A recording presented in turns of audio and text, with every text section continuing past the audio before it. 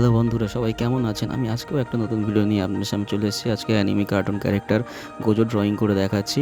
আমি এটা একটা রেফারেন্স ইউজ করেছি।